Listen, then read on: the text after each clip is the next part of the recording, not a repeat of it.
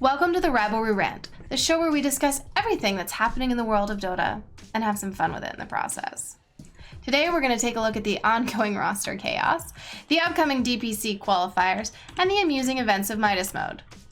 First, patch 7.22H is out, and so is the Ring of Protection, yet another item that has been removed from the side shop. Also out, nothing good lasts forever, and poor Nightstalker only had a month in the limelight before he was pushed back by the Nerf bat. Windranger was also hit, but hey, it's the least Valve could do for Slacks to make up for that scheduling scare. Midas Mode has come to an end, revolutionizing the sellout meta with the VIP creep control perk, though it might be a good idea to make sure that they go on the enemy team the next time around. It was a mutiny even Long John Silver would only dream about, with OG buried on Treasure Island, trolled to hell and back again in their game against Sir Sadeem's Stunners. What's going on here? I don't know. I think they're just having a good time. And the creep just blocking him off. The OG is focused on bounties, but that's okay. That's a putting a lot of effort into this one. Oh god, not another deny.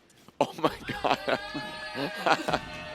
Now Slacks was also forced to stand in for Navi, Puppy inflicting the harshest punishment possible on him, or I guess on his team, having him play techies.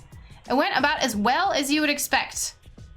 Let's just say, even then, things didn't really go exactly according to Master Puppy's Kekaku. Puppy's still hunting. Oh, Puppy. Puppy. He's gonna find it there. One more. He can't quite get close enough. Since there with the slow Slacks. Oh, those Slacks! Oh, he's got it! He's got it! The courier snipe! 4 out of the 5 top net worth heroes right now on this raid. Oh, but hang on, Slacks! Oh, he's gonna get him! He gets Sing Sing! Slacks has a buyback. Puppy's back in 5, but the Ancient is falling. They're held inside the base. Slacks should die once more. Swagger sends the Tempest double, and the Ancient is dead. Well, you know what they say about techies players. In the end, it was a pub stack which took down the European bracket as Sir Sadeem's Stunners crushed TI3 and Alliance in the finals. Now you'll note I said TI3 Alliance, but Chessie actually stood in for S4 for the entire tournament. But hey, at least Sing Sing finally won something. It was a crazy event, but not as crazy, probably, as some of the recent roster changes. Alliance parted ways with their TI9 squad, which has now been picked up by Liquid, while EG parted ways with their 2 TI winners in a massive shakeup. Almost as big of a switcheroo as Kezu's tweet where he wouldn't be joining a team, you know, an hour or so before he joined a team. NiP's roster changes were also pretty interesting. Gunner's already been kicked more times than your average football, so much so that this very fact earned him an analyst spot at TI9. Maybe he'll finally show up at LAN as a player? We'll have to wait and see. Newbie will no longer be pretending to be an NA org. Not that it was a convincing effort anyway. They are returning this year with a full Chinese roster now that TI is over. Now, speaking of, going back to China, or trying it out, if Midas Mode is any indication, Fnatic is looking to pull a PPD and test out moving their squad to another region. TNC also broke their full Filipino squad from TI9 by picking up KPI in March. The Australian leaves behind the Chinese scene for this adventure, while March makes his return after his mandatory military service. You know, South Koreans only get an exception by winning a major international tournament. As it turns out, top 8 at the international was not big enough for that.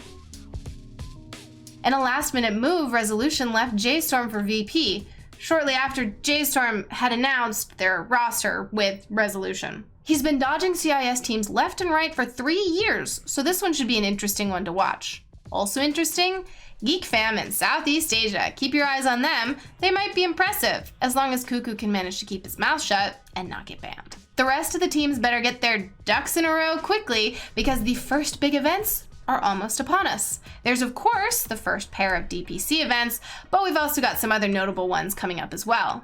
The qualifiers have finished for Dream League Season 12 and ESL1 Hamburg, and it seems likely that the Flying Papegas used up all their Papegas to qualify for the latter, which is why they couldn't hack it in the world of Sir Sadeem. And it's the Summit folks who'll be responsible for the first minor of this DPC season. It's shaping up to be quite the Royal Rumble, and it's the first live crowd event in their history.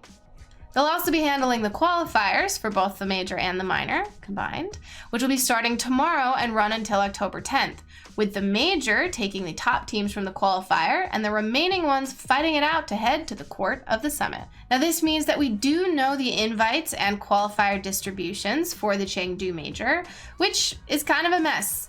EU only got 2 slots, probably due to some of the top teams from the region sitting this one out, which is kind of unfair for the local non-TI teams. Let's not forget, 3 of the top 4 at TI9 were European, and it's the 3rd TI in a row where Europe went home with the trophy. But hey, NA might actually win something this time. And on the topic of Secret and OG not in attendance this time around, and X-Liquid, it makes sense if you think about it. It worked pretty well for OG for the last 2 years. Secret's likely doing the same because it worked pretty well for OG the last 2 years.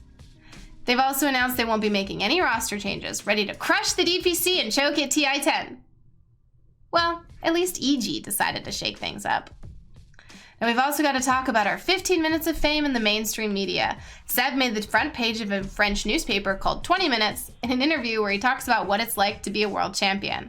So if you happen to run into a bunch of players who surrender at the first sight of the enemy, they were probably inspired by the article.